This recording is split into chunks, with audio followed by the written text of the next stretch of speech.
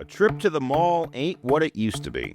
After a tough period for retail, we lost more than a few malls around the country. The sector is now in a place of strength, redefined by new approaches to things like tenant selection, experience, and technology. On this episode, two interesting points of view on retail. One who spent more than 4 decades in the space, and the other who's relatively new to his position. The opportunity for us is, how do we drive traffic, dwell time, productivity in these centers? That's Jack Hsieh, the president and CEO for Macerich.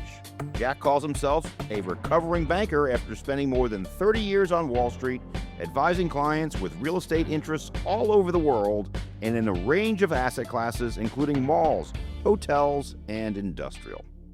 He joined Macerich in 2024 to lead a REIT with total assets of more than $8.5 billion. Whether you're on the property side and you own assets, or if you're a retailer, it's all about being agile and being able to ebb and flow with your customer. And that's Todd Caruso, CBRE America's Retail Services Lead. Todd started at CBRE in 1983 and is now responsible for growth, management, and leasing of more than 500 million square feet of retail property. A portfolio that includes 17 Macerich assets across the United States. Coming up, Macerich and the state of brick and mortar retail in America. I'm Spencer Levy, and that's right now on the Weekly Take.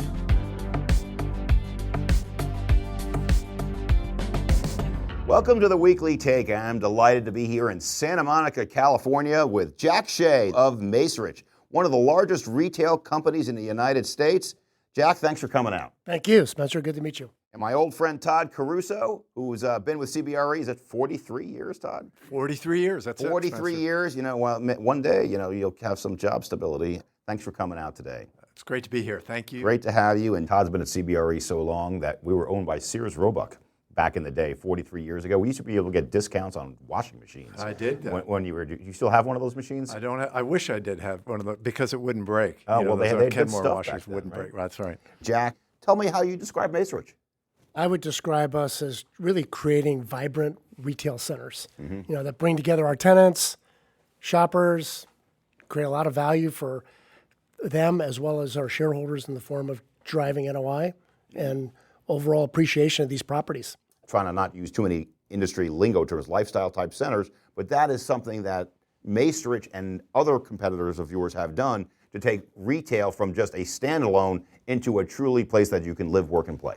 Exactly. The enclosed, what I call regional mall business, obviously has changed. And when I took this job 2 years ago, didn't really know how to operate a mall.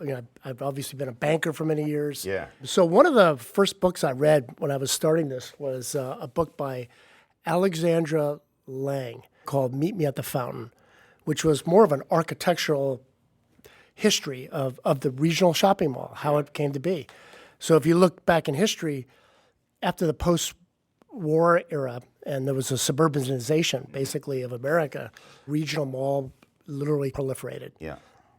Mall developers were building these things off the back of Sears, Montgomery Ward, JCPenney's, and they proliferated, right? Mm-hmm. Fast forward to, the global financial crisis, Amazon, COVID. You've had a contraction of anchor tenants, obviously. So today, there's very few compared to 15 years ago. And so it's created a lot of challenges for companies like ourselves having to deal with a 1 million square foot campus. So how do you deal with that? And at the end of the day, look, we want to create the best shopping, entertainment environment possible, whether it's indoor or outdoor. How do we do it? In my opinion, we've got to have tenants that provide great product, great service, and have great inventory. Those 3 things are really critical. And so Go back to there. Use those 3 terms again. Service. Product. Service. Inventory. Okay. So they can actually get what they want right then and there. It's a now thing. And to me, like the opportunity, I would say, when I started, it was like a challenge. But I think the opportunity for us is we can't rely on our department stores. In the past, the department store was really the curator of different brands. The anchor. And the anchors. They're really important. They're still vital. But in a way, like we're incubating the best ideas into full-scale stores on the inline. I will tell you that when I was starting out in this business, it was really a set it and forget it business. It was more of a bond-like business. You put together a great tenant and hope for the best. I'm not saying it was quite that hands-off, but it was a lot more hands-off. Would you say that is the single biggest material change since you've come here? It's operations. Like to me, like operations means creating a clean, safe environment. Everyone has to have that. To me, where we can add value and differentiation, merchandising makes. Understanding our trade area, understanding our competition, understanding where the puck is going, basically, as it relates to merchandise mix. Because at the end of the day, going back to the Alexandra Lang book, I remember going to malls. Mm-hmm. What did you do in a mall? You went to the food court, you got some food, you got Orange Julius. There were, electronic games at the time. There was a movie theater. Yeah, that's what you did. You kind of walked around. That's where people went when I was younger. Well, fast forward, like the opportunity for us is how do we drive traffic, dwell time, productivity in these centers? I was reading Green Street Advisors, who really is a great analytical company. They said there's 1,000 enclosed regional malls in the United States today. Mm-hmm. 250 are in the Class A segment, so that's A- to A++. And that used to be by sales per square foot. When I got into this business years ago, it was like, if you got to $500 a foot, you were Class A. It's huge. Now it's like 800 to 1,000. Yeah, I think they look at sales per square foot. They have a TAP score that looks at trade area demographics, income, household population, and they come up with an aggregate score. Obviously, closer to 100 is best. But I think for us, the interesting part is if there truly are 250 enclosed Class A shopping centers, you really can't afford to replicate them anymore. Mm-hmm. I just want to play on the comment that you guys were making on operations, right? So operational agility equals profitability today. Whether you're on the property side and you own assets, or if you're a retailer, really, it's all about being agile and being able to ebb and flow with your customer.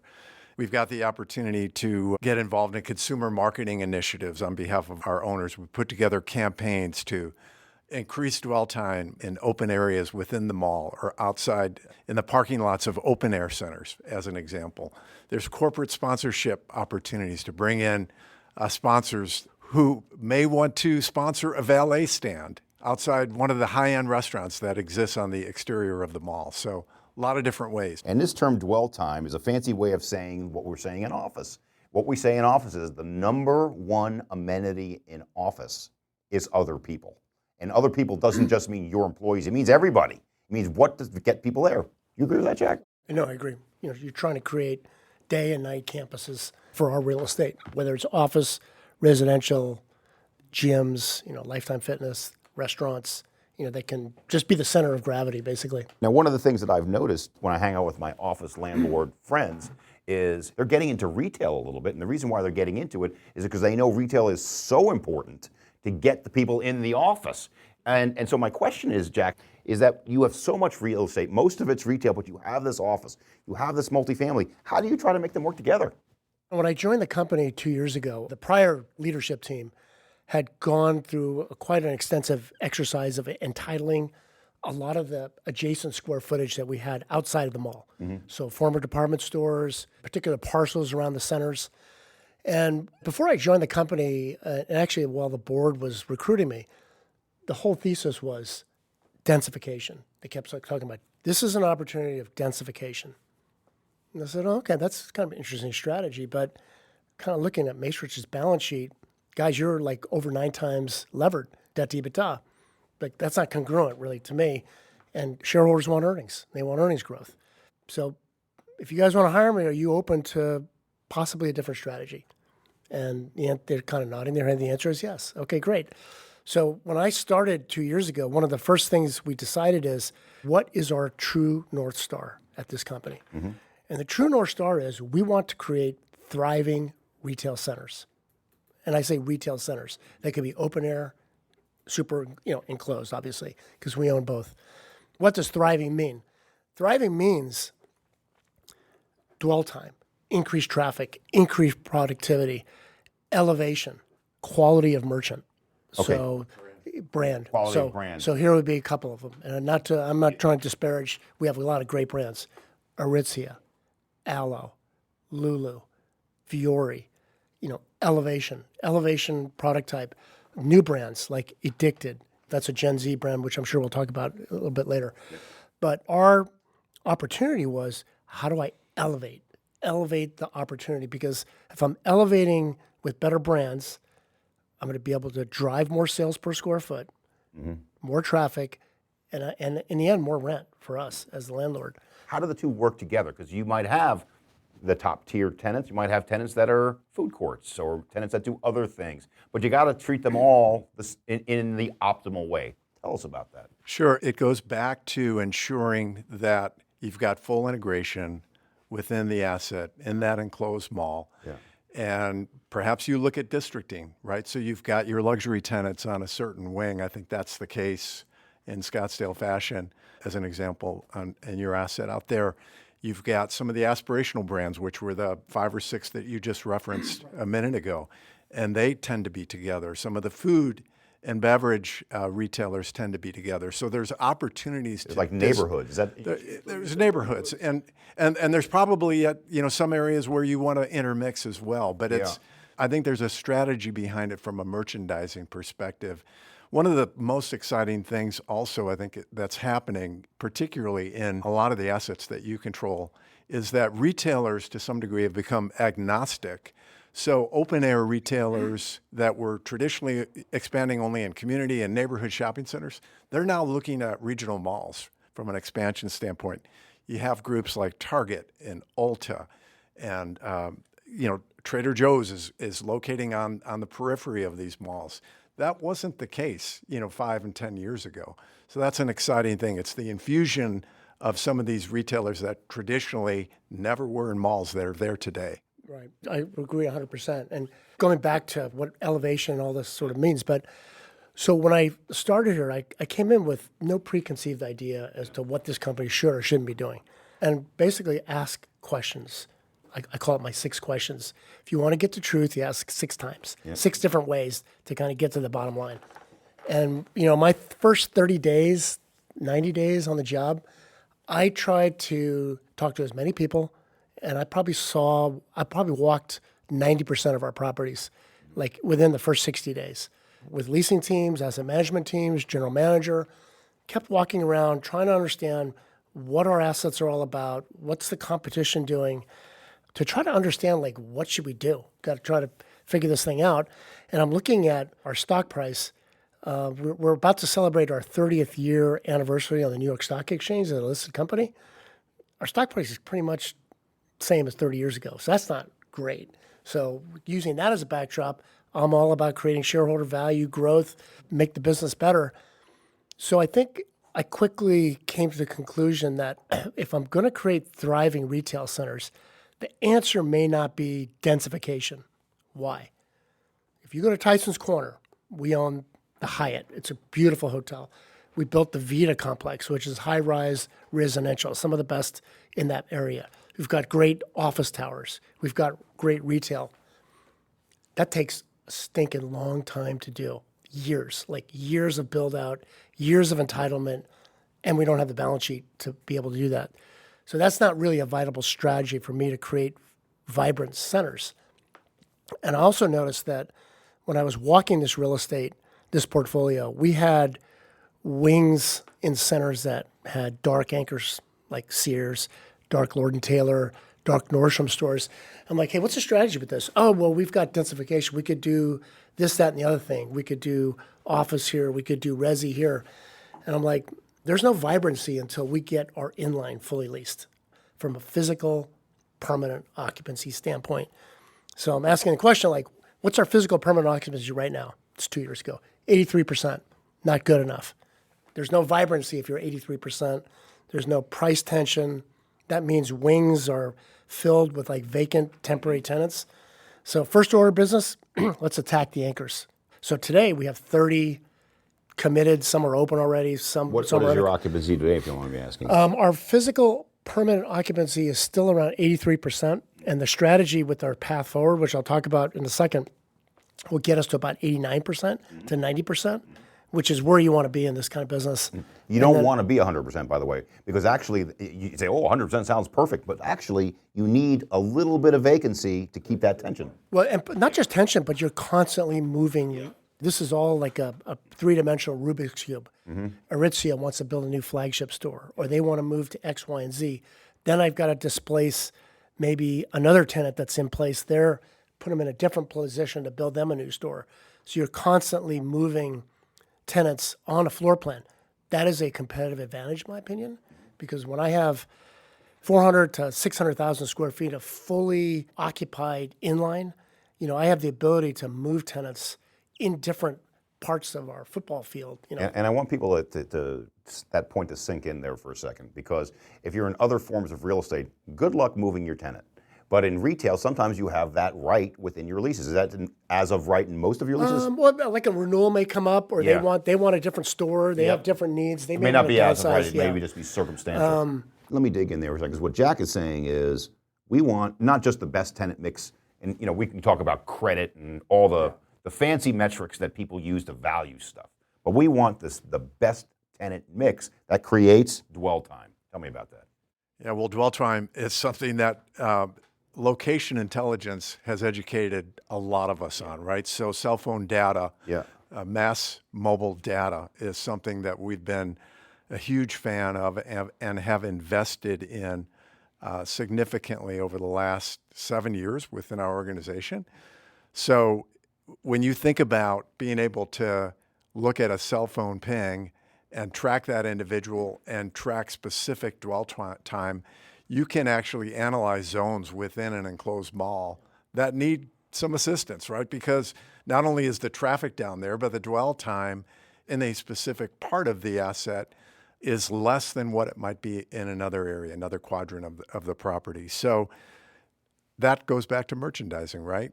Looking at that particular wing, and maybe you've got an underproducing department store, and you're thinking about alternate uses. Maybe that's an opportunity to break that space up, infuse some entertainment. We've seen a lot of entertainment uses now coming into the enclosed mall space. We've seen a lot of food-related groups. Those are the things that have increased dwell time. So right down the road here, we have an individual that does a lot of work for Dave & Buster's, right? Someone that goes to a mall and spends time at Dave & Buster's, they're going to be there for a while.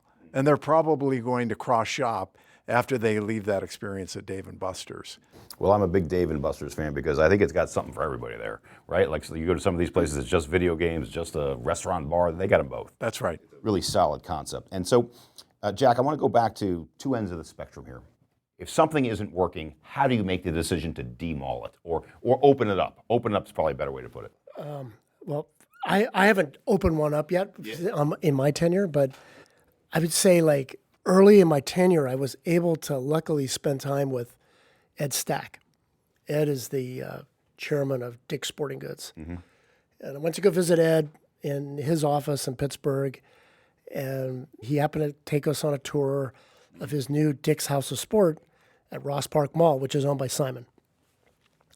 And I had the opportunity to walk with him, talk with him about this store, and then on a subsequent trip to Ross Park, actually walk through Nordstrom's as he was sort of pointing out from a merchant standpoint, sight lines, merchandise, product, technology, bringing in the local flavor into these stores, beta testing different retailers, showcasing different brand types within his template, batting cages, golf ranges, the field, the ability to have like inventory control on shoes. Never saw anything like that. It was unbelievable. And I left that saying, okay, that's what I want in our centers, more like him. Really understanding merchandising, customers. And Ed would tell me like, hey, Jack, this is like a really simple business. Because I was like blown away. And he's a very good friend now, Ed.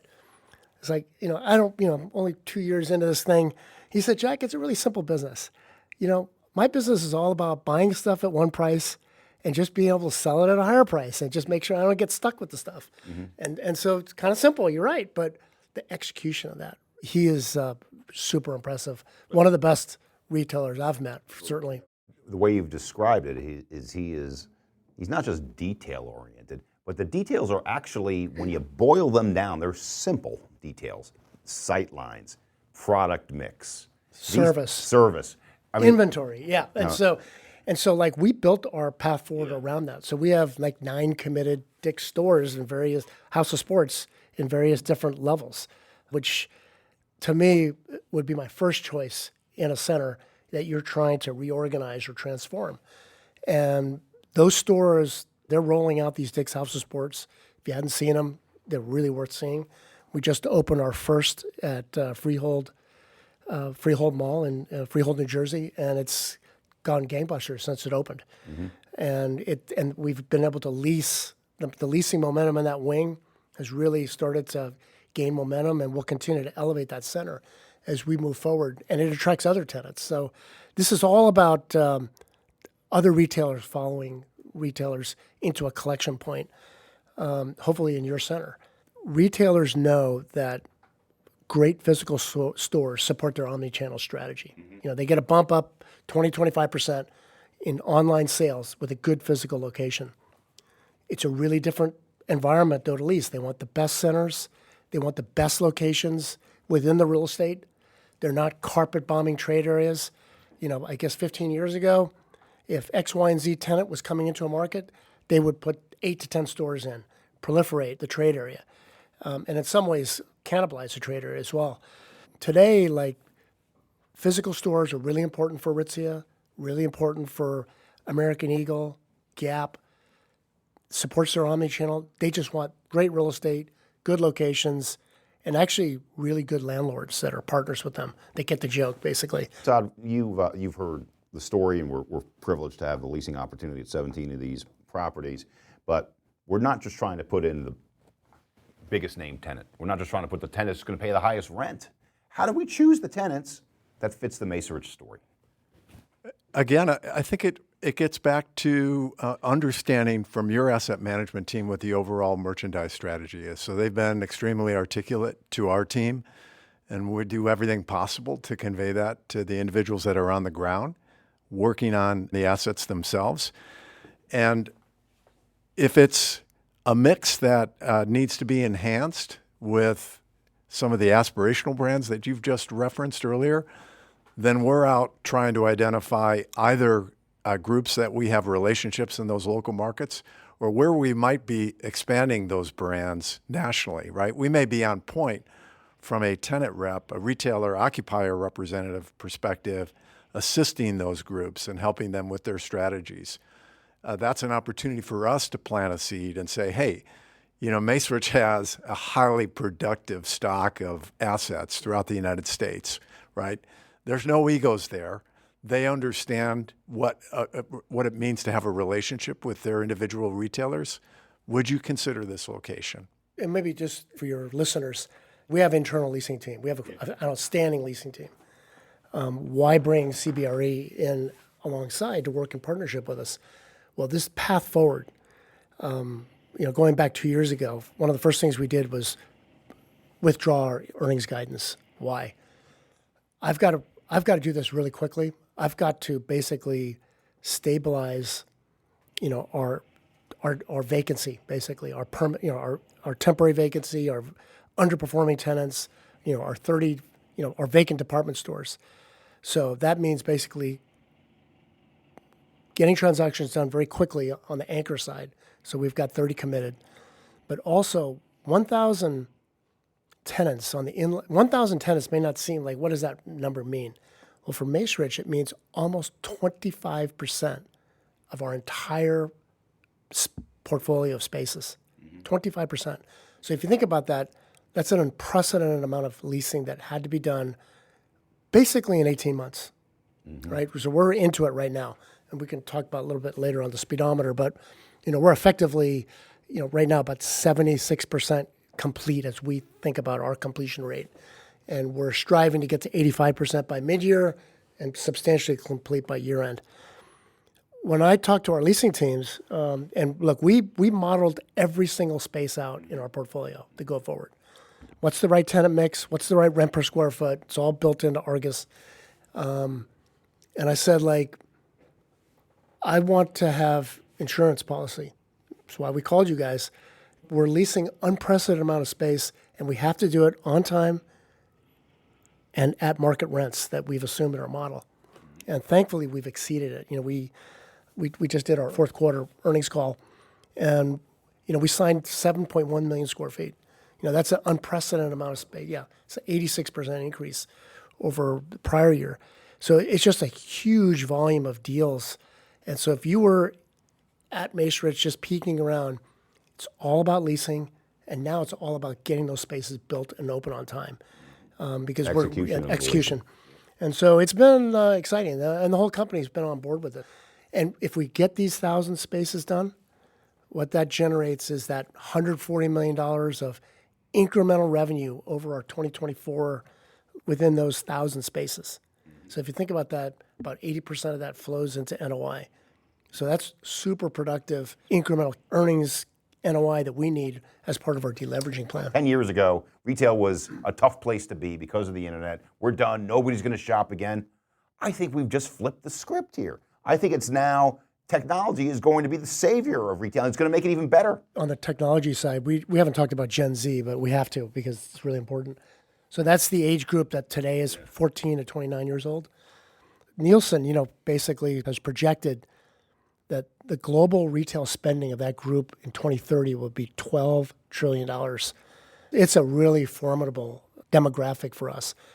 And what's really critical about that group is they love to go to physical stores. Yeah. They're the most prolific of the demographic groups that like to actually go to the mall. So there was an article in Wall Street Journal about this group going back into the retail centers. It's all about TikTok. It's all about Instagram. It's all about basically the brands trying to acquire this cohort and engage with them. It's a remarkable phenomenon right now. You know, we're opening hopefully a new store for cider in one of our centers. Cider didn't have physical stores. The one they're opening now is at Rick Caruso's project at the Grove. And it's basically an online TikTok-oriented fast fashion female brand company, right? So they originate this product from China, ship it over 2 to 4 weeks, then now they can have physical stores. But I was with one of their founders, and she was showing me a map, and I said, here's the center we're talking about. Well, let me look at our data. So she put it up on the screen. I was shocked, like the amount of TikTok customers that they engage with around this particular center we were talking about. And they have that for pretty much all over the country, and I'm sure all over the world for wherever their customers are. But it's such an important age group. And if you look at retailers like Tapestry, Coach and Kate Spade, what they've done to try to meet that customer base with the Tabby bag, or you know the Labubus with PacSun, you know, or look at what Ralph Lauren's doing, what Gap's trying to do in terms of meeting that customer base. Because if you ask me, like that's the big tailwind behind what we do if we get it right. I formed a Gen Z committee here recently. You know, we've picked them kind of a cross section within Macerich to come together, talk to our tenants, work with some of the universities. I really want to understand what this customer wants from the physical environment, what they want from tenancy. And so we can kind of redefine what it is and meet them there, right? Because I think it's really important. I completely agree, though I do have to give a shout out to Gen Xers too, because I'm one of them. And when I go to a store, the way I shop is actually a very efficient way of shopping. I know what I want. I go in, buy it, and leave. So I think what I'm saying here is I'm not disagreeing with you at all about Gen Zers being the driving force. What I'm saying is that different people shop differently, and you just got to find the optimal way to meet them. Is that a good way to put it, Todd? It is, and it's almost the reverse. I mean, being a baby boomer, I would have thought it was different. I would think that the Gen Z would be the ones that would be all about online, right? Mm-hmm. And now we recognize that they like physical. Too much time in front of the computer. They want to get out. They want to interact. Yeah, we opened the store at an Addicted store. This very, very popular Gen Z brand right now. We opened them at Tyson's. And the lines that I saw, some of the videos of kids, shoppers going in and basically video themselves going into the store. It was amazing. And so we're obviously trying to expand them in other centers, but it's an important group, and I think we've got to be smart about where to put them. Look at the lease structures. Some of these brands don't even have stores yet. So how do we figure out how to get them into a location, pop up like in a good location where they could like come in for 6 months and see, it's good for us, good for them. Dwell time, operational agility, productivity, thriving. I wrote all these words down, man. Product, service, inventory. That's what it's Bam. all about. Boom. Product, service, inventory. Well, that's how we started the show, and that's how we're ending it. On behalf of the Weekly Take, what a privilege. Jack Hsieh, the president and CEO of Macerich, one of the great retail companies in America. Jack, congratulations on all the things you've done in the 18 months on the job. Yeah, but look, I can't do it by myself, so I got to thank all of our Macerich colleagues that are all over the country pushing on this strategy. And our head of retail investor leasing, Todd Caruso. Thank you, Spencer. If you enjoyed that trip to the mall, we've recently featured other shows to complement those retail insights with looks across the lifestyle and hospitality landscape. Specifically, I'm thinking about our recent conversation about food halls and another about retail development and the capital markets. Just click over to our archive at cbre.com/theweeklytake or check out your preferred platform. We'll be back next week to bring you more from across the commercial real estate spectrum, including some special episodes coming up this spring. So stay tuned and subscribe if you want to learn more. Thanks for joining us. I'm Spencer Levy. Be smart, be safe, be well.